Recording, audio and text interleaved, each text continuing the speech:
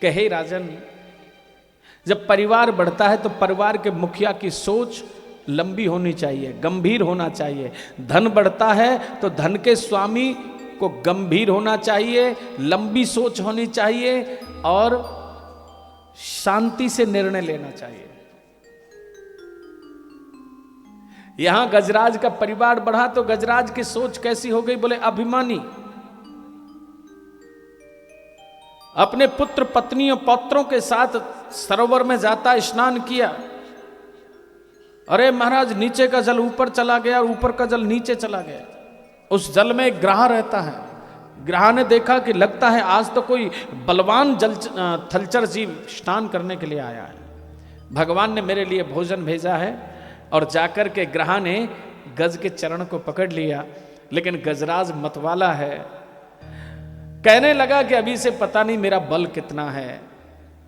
जब इसे ये ही नहीं पता कि मेरा बल कितना है, तो गजराज को भी कोई परवाह नहीं। अपने पुत्र पौत्र पत्नियों को स्नान कराया, अंत में स्वयं ने स्नान किया। और जब बाहर निकलने लगा तो ग्राह ने चरण को पकड़ के खींच लिया। फिर भी अभिमान नहीं टूट रहा है। अपना ताकत लगाया, अपना बल लगाया, जब कामयाबी नहीं मिली तो अभिमान अभी नहीं टूटा। बोले मेरी कितनी पत्नियां हैं, ये क्या जाने मूर्ख। अब तो पत्नियों को कहा, अरे सुनती हो, जरा सूंड में सूंड लगाओ। एक जलचर जीव ने मेरे चरण को पकड़ लिया है। पत्नियों ने सूंड में सूंड लगाया, थोड़ा खींचा, ज्यादा जल के अंदर ग्राह ने खींच लिया, क्योंकि जल में जलचर जीव की ताकत कई गुना ज्यादा हो जाती है। लेकिन फिर भी अभिमान नहीं टूट रहा है। बोले ये मूर्ख क्या जाने, अरे मेरे कितने पुत्र हैं, पहले अपने आप से हारा, अब पत्नियों से हारा, अब पुत्रों पे अभिमान टिका हुआ है। अब तो पुत्रों को कहा, अरे बेटा आओ जरा सूंड में सूंड लगाओ और मुझे जल से बाहर निकालो। पुत्रों ने पूरा बल लगाया, थोड़ा बाहर निकालते हैं उससे ज्यादा अंदर चला जाता है। फिर भी अभिमान नहीं टूट रहा है। बोला ये क्या जाने, अरे मेरा ही तो बल उतना नहीं है। चलो मेरी पत्नियों के साथ मैंने बल लगाया, उतना बल नहीं है। पुत्रों ने लगाया तो क्या हुआ, अभी तो मेरे पौत्र हैं। यही अभिमानी की पहचान होती है। मर जाता है लेकिन अभिमान नहीं टूटता। तुझे तो उसी समय संभल जाना था जब तेरे पैर को पकड़ा था। किसके ऊपर तू गुमान कर रहा था? आज पौत्रों ने भी सूंड में सूंड लगाया, बल लगाया, लेकिन जब कामयाबी नहीं मिली तो कहते हैं ये जल युद्ध 1000 वर्ष तक चला। कभी थोड़ा ग्राह अंदर खींच लेता है तो कभी गजराज थोड़ा सा ऊपर आ जाता है। तो सबसे पहले अब अभिमान टूटने का नंबर है। सबसे पहले किसने छोड़ा? जिसकी थोड़ी नाते रिश्ते में दूरी होती है। तो दूरी किसकी थी? बोले पौत्रों की। पौत्र कहने लगे, अरे दादाजी आपका तो निकलने का लग रहा है कि कोई उम्मीद नहीं है, लेकिन अब हमारा भी बल रोज कम होता जा रहा है, क्योंकि कुछ खाते नहीं, कुछ पीते नहीं। जब खाएंगे पिएंगे तो ताकत भी बनेगी, हमारी भी एनर्जी अब खत्म होती जा रही है। अब तुमको तो मरना पक्का है, अब हम तो चले। तो सबसे पहले पौत्रों ने छोड़ा, तो अब अभिमान टूटना कम हो गया। बोले अब कैसे बचूंगा? बोले कोई बात नहीं, अभी मेरे पुत्र पत्नी तो हैं, अभी फिर भी टिका है।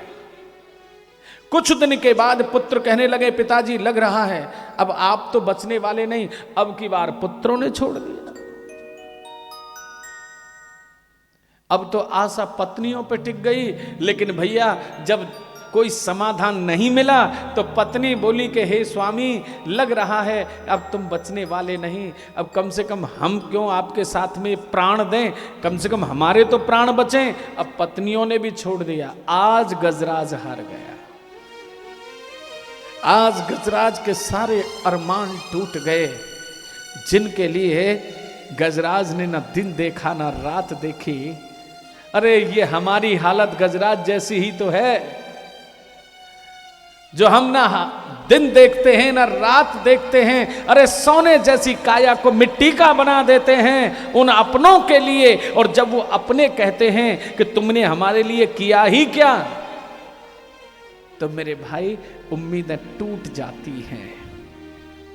जब वो अपने कहते हैं कि हम तो अपनी मर्जी से काम करेंगे, जो चाहेंगे वैसे करेंगे, तो आशा टूट जाती है। तब उसे जिंदगी का एहसास होता है कि जिनके लिए तूने सब कुछ न्यौछावर कर दिया, आज तेरे हाथ न वो लगे न वो लगा, न ये रहा न वो रहा, तू दोनों तरफ से हार गया। कम से कम एक बाजी तो जीत लेता, दोनों बाजी हार जाता है,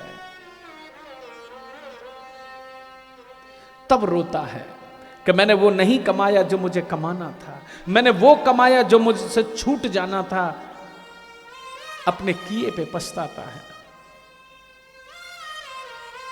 आज